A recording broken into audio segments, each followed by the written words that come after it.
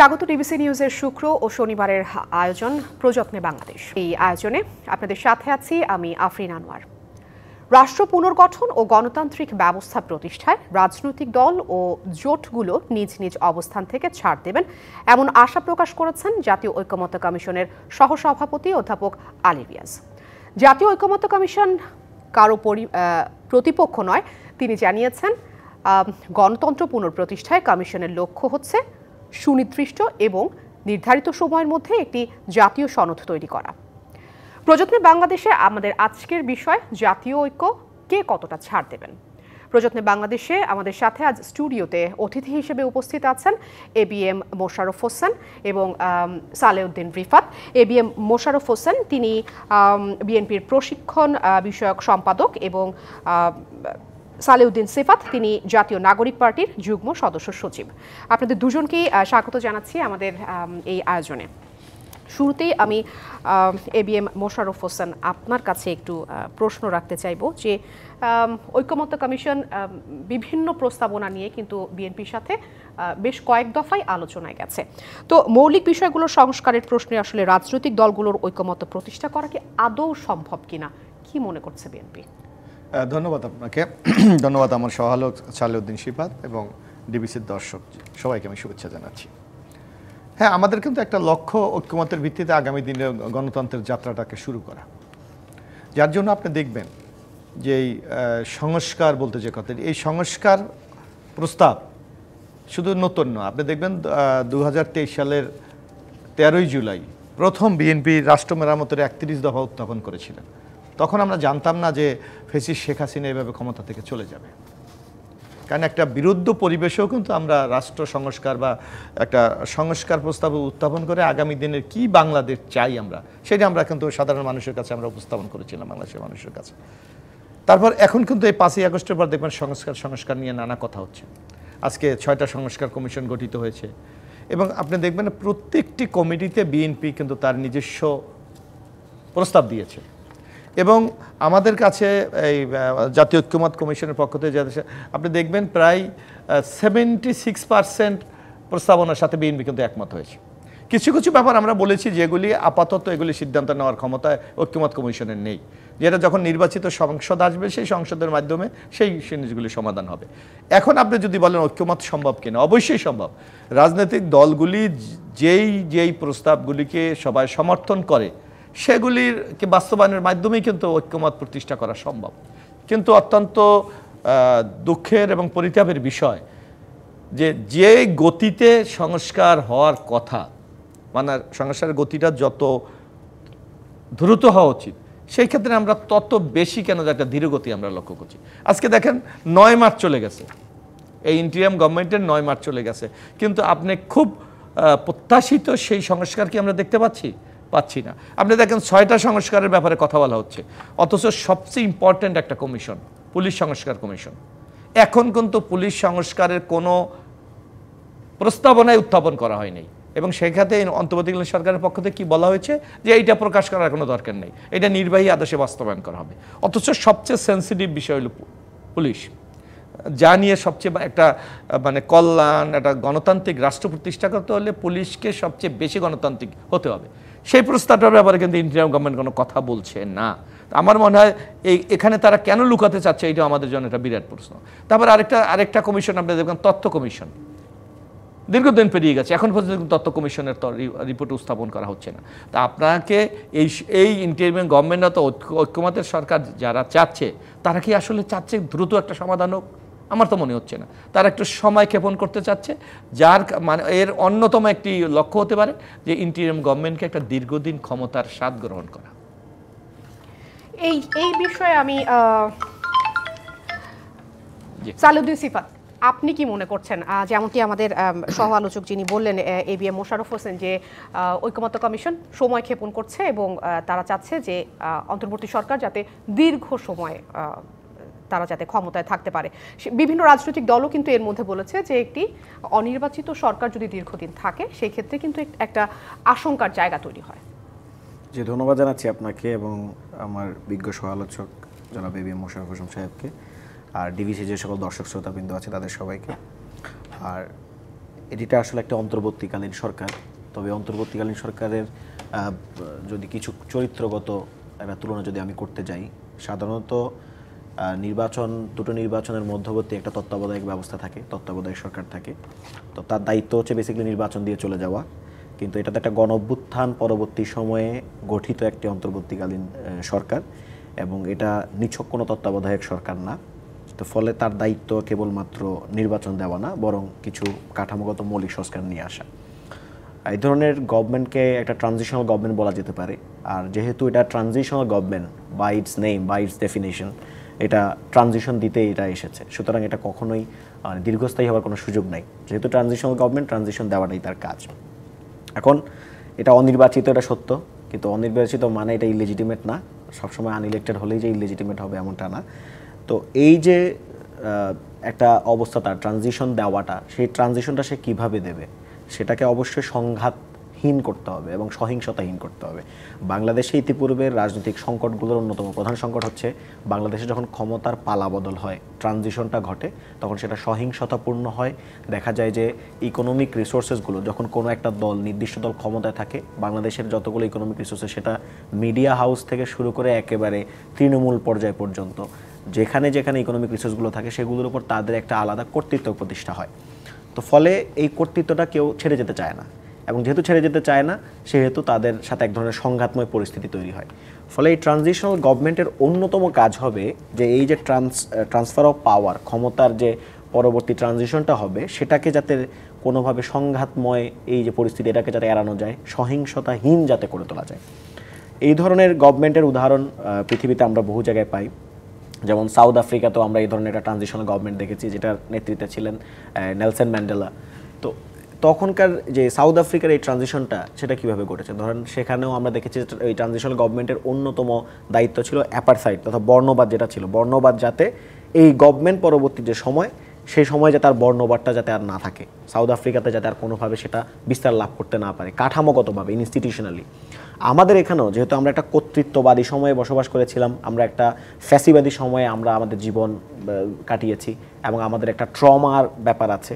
ফলে এরপরে যেহেতু একটা গণঅভ্যুত্থান পরবর্তী সরকার গঠিত হয়েছে, তাদের দায়িত্ব থাকবে নট জাস্ট ইলেকশনটাকে সহিংসতাহীন করে তোলা, ইলেকশনটাকে ভায়োলেন্ট যাতে না হয় এটা না, এর পাশাপাশি তারা যাতে পরবর্তীতে যে পরিস্থিতিতে আসবে সেটা যাতে কোনোভাবে কর্তৃত্ববাদটা স্প্রেড করতে না পারে, সেটাখানে যাতে কোনোভাবে ফ্যাসিবাদটা স্প্রেড করতে না পারে, তার জন্য কিছু বিষয় আমাদেরকে ঐক্যমত্যে নিয়ে আসা। সেক্ষেত্রে রাজনৈতিক দলগুলোর ঐক্যমত্য ব্যতীত কোনোভাবেই আসলে সামনে এগোনো যাবে না। তো সেসব জায়গায় আমরা সবসময় বলেছি মৌলিক সংস্কারের কথা। তো মৌলিক সংস্কার বলতে আমরা বুঝি যে, ধরেন আমরা প্রধানমন্ত্রীর কথা বলেছি, প্রধানমন্ত্রীর ক্ষমতার হ্রাসের কথা বলেছি, প্রধানমন্ত্রীর যে একটা দানবীয় চরিত্র তৈরি হয়, বিশেষত এই কনস্টিটিউশনের অধীনে প্রধানমন্ত্রী একটা দানবীয় চরিত্র লাভ করে, রাষ্ট্রের নির্বাহী বিভাগ থেকে শুরু করে ইভেন পুলিশের উপরও তার একটা যে কর্তৃত্ব, কারণ আপনি দেখেছেন যে শেখ হাসিনা তিনি নিজে আদেশ দিয়ে একেবারে তৃণমূলের একটা থানার পুলিশকে পর্যন্ত বাধ্য করেছে যে আরেকজনকে স্টুডেন্টকে বুকে গুলি চালাতে। তো আমরা চাই না যে প্রধানমন্ত্রী এই দানবীয় যে একটা চরিত্র সেটা আবার উদ্ভাসিত হোক। আরেকটা বিষয় হতে পারে যে সাংবিধানিক যে পদগুলো আছে, সেটা নির্বাচন কমিশন বলেন, আরও যে সকল সাংবিধানিক যে সকল ইয়াগুলো আছে, পদগুলো আছে, জায়গাগুলো আছে, সেসব জায়গায় যখন আপনি রাষ্ট্রপতিকে ক্ষমতায়ন না করে প্রধানমন্ত্রীর একচ্ছত্র ক্ষমতা তৈরি হয়, কিংবা বলা হয়ে থাকে, সংবিধানে বলা আছে যে প্রধানমন্ত্রীর পরামর্শ, বিষয়গুলোতে আসলে অনেকগুলো প্রস্তাব এসছে, যে প্রস্তাবগুলোতে সবগুলোর সাথে সবাই কখনো একসাথে একমত হতে পারবে না। এনসিপি আসলে কতটা ছাড় দেওয়ার মনোভাব নিয়ে আসলে এই মৌলিক সংস্কারের যে জায়গাগুলোতে আমরা আমাদের জায়গা থেকে আমরা তো মৌলিক সংস্কারের কথা বলেছি, এগুলোতে এখানে ছাড় দেওয়ার কোনো প্রশ্ন নাই। এবং আই হোপ বিএনপি সহ আরও যত রাজনৈতিক দলগুলো আছে যারা ফ্যাসিবাদ বিরোধী রাজনৈতিক এই যে লড়াই সংগ্রাম সেখানে পার্টিসিপেট করেছে, রোল প্লে করেছে গুরুত্বপূর্ণ, তাদেরও এই মৌলিক যেই সকল জায়গা আছে, যেই সকল জায়গাগুলো থেকে মূলত একটা কর্তৃত্ববাদী সরকারের উত্থান হতে পারে এবং ব্যক্তিকেন্দ্রিক সরকারের উত্থান হতে পারে, এই জায়গাগুলো সবগুলো চিহ্নিত করে এটাকে দূরীভূত করা। কারণ আমরা তো সবাই বলছি যে আমরা ফ্যাসিবাদ বিরোধী সরকার। নিশ্চয়ই আমি এই প্রশ্ন থেকেই একটু চলে যাব এবিএম মোশাররফ হোসেন আপনার কাছে, যে যেহেতু এনসিপি বলছে এবং সেই সাথে অনেকগুলো সংস্কারের মধ্য দিয়ে যদি দেশ আরেকটু সামনের দিকে এগিয়ে যেতে পারে এবং ভালো একটা ভবিষ্যৎ পায়, সেই জায়গা থেকে আসলে বিএনপির আরেকটু সময় দিতে অসুবিধার জায়গাটা কোথায় আসলে, কেন বিএনপি দিতে চাচ্ছে না? না, এখানে সময় দিতে বিএনপির কোনো আপত্তি নাই, কিন্তু আমরা কি বলেছিলাম আপনার স্পষ্ট মনে আছে, আপনি দীর্ঘদিন এই মিডিয়া আছেন বা অনেক রাজনীতিবিদদেরকে নিয়ে আপনি প্রতিনিয়ত আলোচনা করেন। আপনি দেখবেন আমরা কি বলেছি যে ইন্টারিম গভর্নমেন্ট কি কাজ করতে চায়। যেমন আপনি অফিসে আসেন, আপনার অফিসের এই ডিবিসির যদি আপনি একটা চিন্তা করেন যে কে কখন কোন কাজটা করে, তার কিন্তু একটা নির্দিষ্ট সময়সূচি আছে, যে কে 10টায় কাজ করবে, কে 12টায় কাজ করবে, কে 3টায় কাজ করবে, কে 8টায় টকশো করবে, এগুলো আপনাদের একটা শিডিউল আছে। তো আমরা জাস্ট চেয়েছি আপনার একটা শিডিউল দেন, যে আপনারা কখন কোন কাজটা করতে পারবেন সেটা যদি আমাদেরকে জানান বা বাংলাদেশের জনগণকে জানান, রাজনৈতিক দলগুলিকে জানান, তাহলে তাদের যে কোনো কর্মপন্থা নির্ধারণে একটা সুবিধা হবে। কারণ দেশে অনেকগুলি সংকট আছে, অনেকগুলি অনিশ্চয়তা আছে। যেমন আমাদের আইন শৃঙ্খলা আপনি এখন স্বাভাবিক করতে পারছেন না, ইটস ইম্পর্টেন্ট প্রবলেম। আপনি আমাদের অর্থনীতির চাকাটাকে সচল করতে পারছেন না। আমার দেশের এই যে রাজনৈতিকতে একটা অনিশ্চয়তা, এটা কখন শেষ হবে বাংলাদেশের মানুষ জানে না। আপনি যে কোনো লোককে জিজ্ঞেস করেন রাস্তাঘাটে, নিশ্চয়ই আপনি চলেন, অনেকে জিজ্ঞেস করবে আপনি তো টকশো করেন, অনেক মানুষের সাথে কথা বলেন, আসলে কি নির্বাচন হবে? এই ধরনের একটা সংখ্যা কিন্তু বাংলাদেশে আছে। আমরা বলছি এই অবস্থা থেকে বেরিয়ে যাওয়ার একটাই পথ হলো যে আপনাকে সুনির্দিষ্ট একটা রোডম্যাপ দেওয়া, যে আপনি কখন কি করতে চান। কিন্তু সেই ক্ষেত্রে এই সরকারের দেখি একটা চরম নির্লিপ্ততা। তারা কেন যেন এটা মনে বুঝতে চাচ্ছে না, তারা কেমন যেন কালা বোবা, যে এই কথাটা তারা আসলে ক্যাচ করতে পারছে না। এই জায়গায় আমাদের আপত্তিটা। আপনার সময় নিয়ে আমাদের কোনো আপত্তি নেই। তারপরে এখানে সিবাত বেদ কিছু কথা বলেছে, মৌলিক সংস্কার। মৌলিক সংস্কার বলতে আপনি কি বোঝেন? আমার দেশে ওনারা একটা কথা বলে বিপ্লবের সরকার। হ্যাঁ, আমরা অস্বীকার করি না যে 5ই আগস্ট একটা ছাত্র জনতার অভ্যুত্থান ঘটেছে, কিন্তু এখানে এই বৈষম্যবিরোধী ছাত্র আন্দোলন চরম একটা মিস্টেক করে ফেলেছে। তারা যদি মনে করতে এটা বিপ্লব, তাহলে কনস্টিটিউশনাল গভর্নমেন্টে যাওয়া কোনোভাবেই ঠিক হয়নি, মানে সাংবিধানিক সরকারে। কারণ একটা সাংবিধানিক সরকারের একটা কাঠামো আছে, আপনাকে সংবিধান মানতে হবে, আপনাকে একটা রীতিনীতিতে দেশটাকে পরিচালিত করে, এর বাইরে তো আপনি যেতে পারবেন না, কারণ আপনার সংবিধানই আপনার মূল রক্ষা কবচ। সেখানে তারা তো এই সংবিধানের আলোকেই শপথ নিয়েছে। শুধু তাই না, এখন হয়তো তারা এনসিপি নাম ধারণ করেছে। ওই যে একসময় আপনি নিশ্চয় ছোটবেলায়, আমি জানি না ইতিহাস আপনি পড়েছিলেন কিনা, মিস্টার শামসুদ্দিন, হঠাৎ শামসুদ্দিন মোবারক শাহ নাম ধারণ করিয়া দিল্লির সিংহাসনে আরোহণ করিলেন, নিশ্চয়ই শুনেছেন। এখন তারা তো বেসিক্যালি বৈষম্যবিরোধী ছাত্র আন্দোলন, এখন তারা এনসিপি নাম ধারণ করেছে, কিন্তু তাদের 2 জন প্রতিনিধি কিন্তু এখনও গভর্নমেন্টে আছে। তা আপনি যদি মনে করেন গভর্নমেন্ট এই ক্ষেত্রে আমার প্রত্যাশা পূরণ করতে পারছে না, তা হয় আপনি কেন সংসদে ক্যাবিনেটে থাকবেন? You will resign and go to the road. রাস্তা গিয়ে আপনি বলবেন এই সরকার আমার এই প্রত্যাশা, আমার এই দাবি পূরণ করতে পারছে না, আমি এর সাথে থাকবো না। একদিকে আপনি সরকারে থাকবেন, অন্যদিকে বলবেন যে এই আমার দাবি পূরণ হচ্ছে না, এটা তো সবিরোধিতা। এইটা কিন্তু সেই জায়গা থেকে কিন্তু কমিশনের একটা প্রস্তাবনাতেও এনসিপি কিন্তু বলেছে যে প্রধানমন্ত্রী যে হবে সে সংসদ প্রধান এবং কোনো রাজনৈতিক দলের প্রধান হবে না। আমি একটু কথা বলি, আপনি আপনি তো ডেমোক্রেসিতে বিশ্বাস করেন তো? অবশ্যই, নিশ্চয়ই সিপা তো ডেমোক্রেসিতে বিশ্বাস করে। আসলে যে কোনো গণতান্ত্রিক নির্বাচনটা কি হয়, যেমন আপনি ভারতে কিছুদিন আগে আপনি মোদির নির্বাচন দেখেছেন, তারা একটা ম্যানিফেস্টো ঘোষণা করেছে যে তারা যদি নির্বাচন, জনগণকে তারা বলেছে এই কাজ আমি করতে চাই, যদি আপনি আমার এই কাজের প্রতি কনফিডেন্স থাকে, আমার প্রতি আপনার আস্থা থাকে, আপনি আমাকে ভোট দেন। এই যে আপনি কিছুখানে ট্রাম্প বাইডেন নির্বাচন দেখেছেন, তারা একটা ম্যানিফেস্টো দিয়েছে। তো এখন জনগণ যখন ম্যানিফেস্টোটা সমর্থন করবে, তখন তো ওই দলের সিদ্ধান্ত হোক। আপনি ডেমোক্রেসিতে বিশ্বাস করলে ওই দল কাকে দিয়ে তার সেই নির্বাচনী এজেন্ডা বাস্তবায়ন করবে, এটা তার ব্যাপার। এটা তো আপনি জোর করে চাপিয়ে দিতে পারেন না। বরং আপনি এই জায়গায় আপনি দিতে পারেন যে আপনি সংবিধানের যেই কিছু সংশোধনের কথা বলা হয়েছে, যে আমাদের বাংলাদেশের সমস্যা হচ্ছে আইন চমৎকার। যেমন আপনি একটা নর্মাল আপনি আইন জানেন যে কোনো পুলিশ যদি কাউকে গ্রেপ্তার করে উইদিন 24 আওয়ারের মধ্যে তাকে কিন্তু কোর্টে সোপর্দ করতে হবে। আপনি তো 6 দিনও করেন না, 10 দিনও করেন না, আপনি গুম করে ফেলেন। এখন আপনাকে দরকার আমার আইনটা আছে 24 ঘন্টার মধ্যে আমি কোর্টে দেব, না দিলে এর বিরুদ্ধে কি আইন হবে, কি ব্যবস্থা হবে, আপনি ওইটাকে নিশ্চিত করতে হবে। অর্থাৎ আইন না, এটাকে অ্যাপ্লাইড প্রয়োগ কতটুকু করেন আপনি সেটা ব্যাপার। আমার কনস্টিটিউশনে অনেক ভালো ভালো কথা আছে, কিন্তু আমি কিন্তু সেটা বাস্তবায়ন করি না। বরং আপনাকে আমি যেটা এনসিবির যারা এরা তো বয়সে তরুণ, এদেরকে হয়তো কোথাও থেকে তাদের কিছু থিওরি তাদেরকে দেওয়া হয়, সেগুলিকে তারা নিয়ে কথা বলে, কিন্তু রিয়েল তাহলে এই থিওরি দেওয়া হয় এই না আমি বলছি না, এটা হতে পারে, এটা আমাদের কাছে আসতে পারে না, এটা যে কোনো রাজনৈতিক দলের কাছে যেতে পারে, কিন্তু রিয়ালিটি ওইটা বাস্তবায়ন কতটুকু সম্ভব। It is important. নিশ্চয়ই এনসিপির কাছেও আমরা বিভিন্ন প্রশ্ন নিয়ে আসবো। সময় হলো ছোট্ট একটি বিরতির। প্রযুক্তি বাংলাদেশ অনুষ্ঠানে নিচ্ছে একটি বিরতি, ফিরছি একটু পর। সঙ্গে থাকুন ডিবিসি নিউজের। আবারও স্বাগত প্রযুক্তি বাংলাদেশ অনুষ্ঠানে।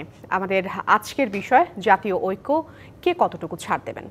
অতিথিদের কাছে যাওয়ার আগে একটু জানিয়ে রাখা উচিত, জুলাই গণ অভ্যুত্থানের নেতৃত্ব দেয়া ছাত্রদের নেতৃত্বে গঠিত দল জাতীয় নাগরিক পার্টি বা এনসিপি সংবিধান সংস্কার কমিশনের প্রস্তাবের সঙ্গে একমত। তারা আবার নতুন সংবিধান বা গণপরিষদ নির্বাচন চাইছেন, যা বিএনপি সহ বেশিরভাগ দল থেকে একেবারে বিপরীত অবস্থানে নতুন এই দলটি। আলোচনায় আজকে আমাদের সাথে স্টুডিওতে উপস্থিত আছেন বিএনপির প্রশিক্ষণ বিষয়ক সম্পাদক এবিএম মোশাররফ হোসেন এবং জাতীয় নাগরিক পার্টির যুগ্ম সদস্য সচিব ডক্টর সালেউদ্দিন সিফাত। সালেউদ্দিন সিফাত, আপনার কাছে ফিরতে চাইব। আমাদের বিরতিতে যাবার আগে মোশাররফ হোসেন যেটা বলছিলেন যে সংবিধান নিয়ে এবং তার বিভিন্ন কথাগুলো আপনি যেরকম শুনেছেন, সেটার বিপরীতে আপনি আসলে কি বলতে চান? সেই সাথে এনসিপি বর্তমানে কিন্তু সংবিধান বাতিল করে নতুন সংবিধানের একটা ইচ্ছা কিন্তু তারা অনেক আগেই পোষণ করেছে।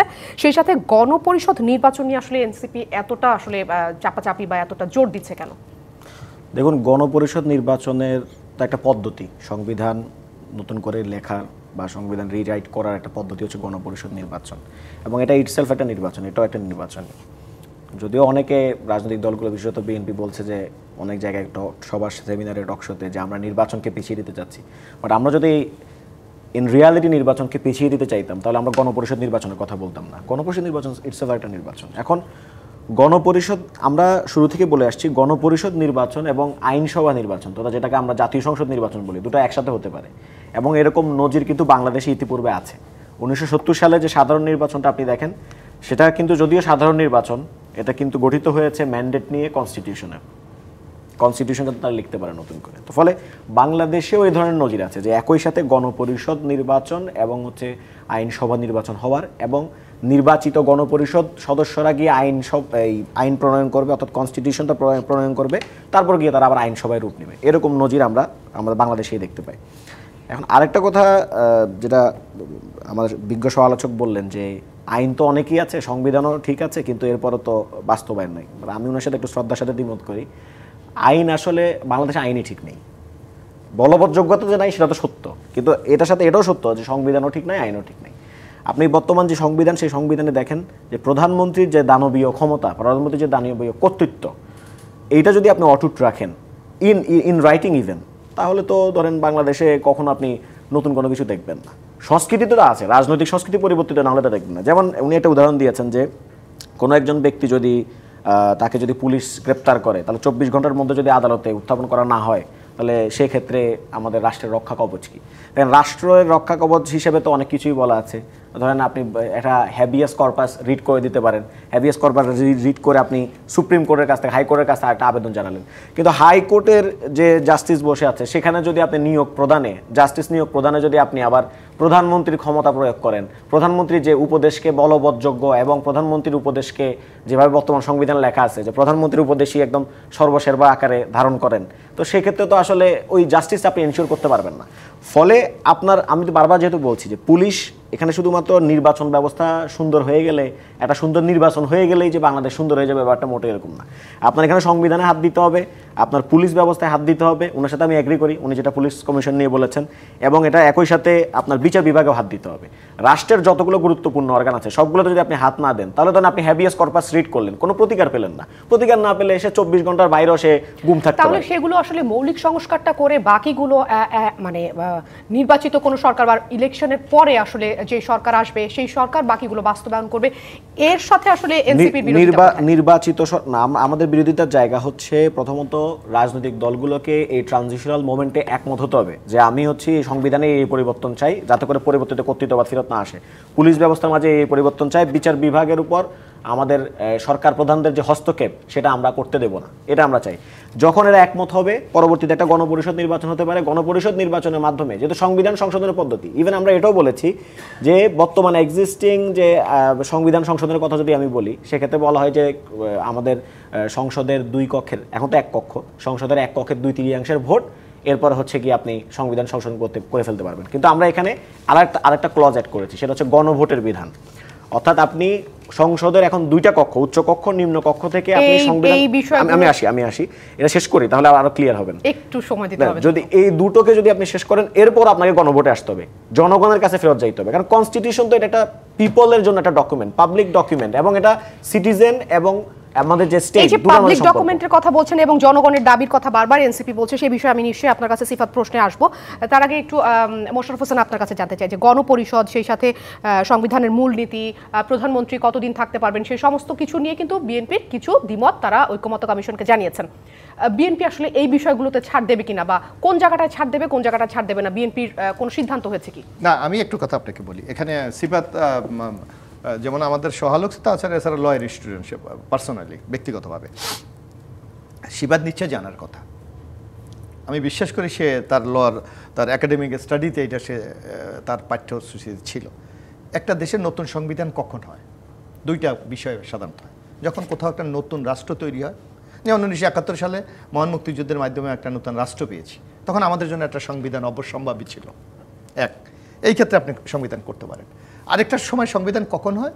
যখন রাষ্ট্র চলমান, যে বিদ্যমান রাষ্ট্র ব্যবস্থা যদি অকার্যকর হয়ে যায়, যেটাকে সোজা কথা বাংলা আমরা ভালো বুঝি ফেইল স্টেট, অকার্যকর রাষ্ট্র। এই দুইটা ক্ষেত্রে আপনি নতুন সংবিধান রচনা করতে পারেন। আমি সিফাতকে অত্যন্ত বিনয়ের সাথে জিজ্ঞেস করতে চাই, বাংলাদেশ কি নতুন স্বাধীন হয়েছে? নাম্বার 1। 2, বাংলাদেশ কি ফেল করেছে? হ্যাঁ, যদি ওনারা বলতে পারে হ্যাঁ বাংলাদেশ নতুন স্বাধীন হয়েছে 5ই আগস্ট, মেনে নিলাম। যদি মনে করতে রাষ্ট্র ফেল হয়েছে, হ্যাঁ ওকে মেনে নিলাম, কোনো আপত্তি নাই।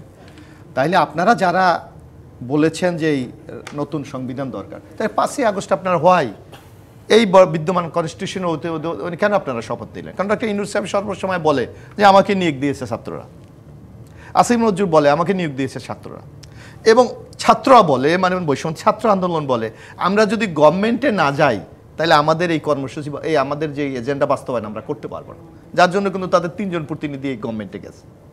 তো সুতরাং আপনি মুখে বলবেন কনস্টিটিউশনাল গভর্নমেন্টের কথা, আর আমাদের সাথে এসে আপনি বিতর্ক করবেন যে না নতুন সংবিধান করতে হবে, এই রাষ্ট্র ফেল হয়ে গেছে, এই রাষ্ট্র আর চলে না, কিন্তু আপনার কার্যক্রমে তো সেইটার প্রমাণ মেলে না।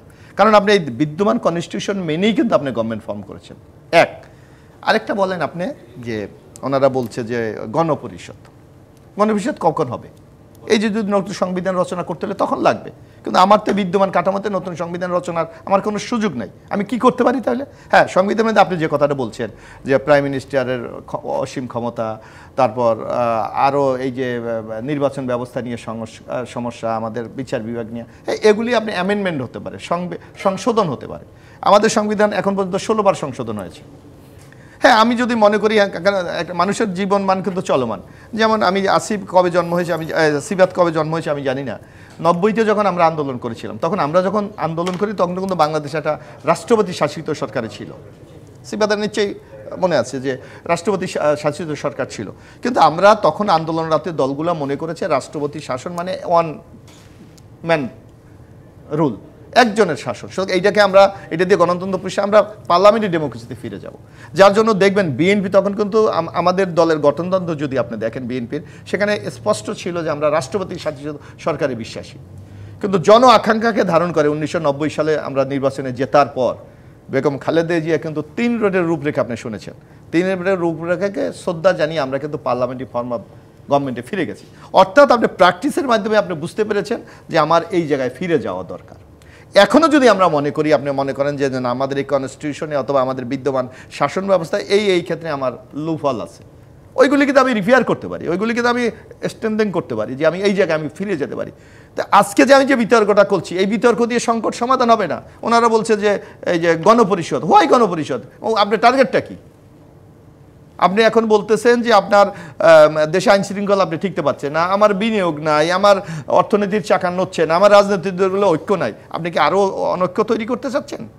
আপনার উদ্দেশ্যটা কি? অর্থাৎ এদের একটা উদ্দেশ্য আছে এই যে এনসিবি অথবা, কারণ তারা এখনো কিন্তু নিবন্ধনকৃত রাজনৈতিক দল না, তাদের তো একটা প্রস্তুতির দরকার, এটা স্বাভাবিক। কিন্তু বলতে গেলে ক্ষমতাসীন দল। এটা রাইট, ইউ আর রাইট। আপনি একদিকে অথচ আপনার কিন্তু বৈধতা নাই, আপনি কিন্তু অর্থাৎ আপনি কোনো নিবন্ধনগত রাজনৈতিক দল না। আপনার দলের ম্যানিফেস্টো কি আই ডোন্ট নো, আমি জানি না। আপনি কি কি কনস্টিটিউশন আপনি তৈরি করবেন আই ডোন্ট নো, আমি জানি না।